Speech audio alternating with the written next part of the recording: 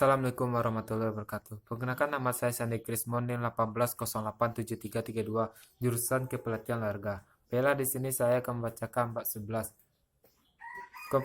Kompetisi atlet. Jelas bahwa tujuan utama dari pelatihan atlet adalah untuk mengambil bagian dalam kompetisi, untuk menentang atlet lain untuk posisi teratas dalam hierarki kompetisi. Dan untuk mencapai tingkat kinerja yang tinggi, pentingnya kompetisi melampaui tujuan ini. Kompetisi ini juga dianggap sebagai cara yang paling penting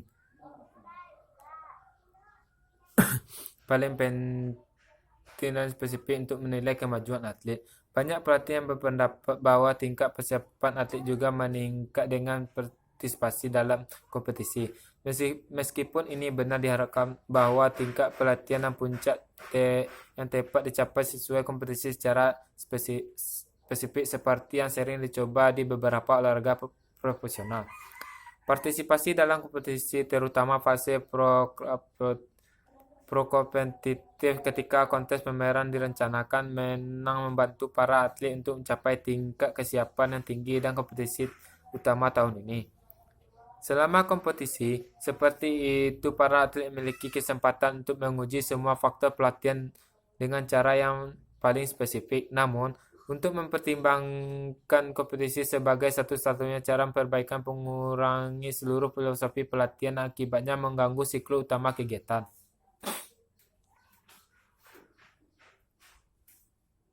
Seringkali pelatih menjadi terpikat oleh partisipasi dalam banyak kompetisi pameran dan mengabaikan pelatih yang tepat. Mereka menekankan intensitas dengan mengorbankan volume, dan sebagai hasil puncak atlet jauh lebih awal dari yang direncanakan. Oleh karena itu, konsekuensi kompetisi alami adalah pertunjukan yang buruk menjelang akhir fase kompetitif ketika kompetisi utama dirancang.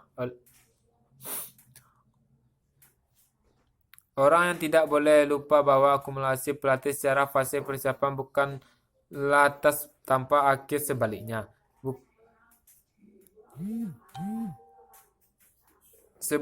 Bukanlah tas tanpa akhir.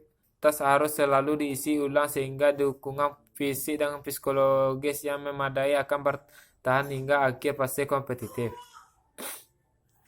Akhir penting dari partisipasi dalam kompetisi, terutama bagi calon atlet dan menetapkan pengalaman kompetitif. Namun, semua kompetisi yang termasuk dalam rencana tahun ini dinasikan harus meningkatkan pencapaian tujuan kinerja utama tahun ini, yang biasanya diharapkan sebagai selama kompetisi utama tahun ini. Oleh karena itu, pemilihan dan perencanaan kompetisi dalam seni tersendiri. Kompetisi adalah tempat ujian nyata untuk persiapan seorang atlet. Selama kompetisi seperti itu, atlet dapat menguji tingkat peningkatan pada tanggal tertentu, mengendalikan teknik, dan menguji taktik melawan lawan langsung secara bagaimana menghabiskan energi secara efektif. Seperti kemauan, kekuatan, ketekunan. Namun sebelum meningkatkan kompetisi pada apapun tujuan spesifik ingin mencapai harus direncanakan. Tujuannya harus berorientasi dan ditentukan sesuai dengan jenis dan karakteristik kompetisi di mana atlet mengambil bagian. Klasifikasi dan karakteristik persaingan. Sebagai besar, kompetisi dapat diklasifikasikan ke dalam dua kelompok. Satu, kompetisi resmi atau utama, dan kompetisi persiapan atau pameran. Satu, resmi atau utama. Kompetisi dianggap sebagai penentu untuk kualifikasi atau dalam menentukan posisi akhir dalam suatu kejuaraan. Mereka sangat penting dan biasanya atlet berusaha untuk mencapai kinerja yang berusaha untuk setinggi mungkin.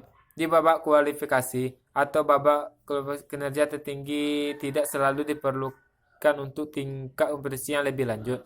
Olahraga utama dan terutama untuk olahraga individu dapat berfungsi sebagai pedoman dan memisahkan rencana tahun ke tahun siklus makro. 2. Persiapan atau pameran. Kompetisi biasanya rencanakan untuk menguji dan menetapkan umpan balik dari atlet atau tingkat tim mengenai aspek pelatihan tertentu. Kompetisi semacam itu merupakan bagian integrasi dan siklus makro. Oleh karena itu, Pelatih tidak boleh mengubah dan menurunkan rencana pelatih normalnya. Namun meskipun kemenangannya seharusnya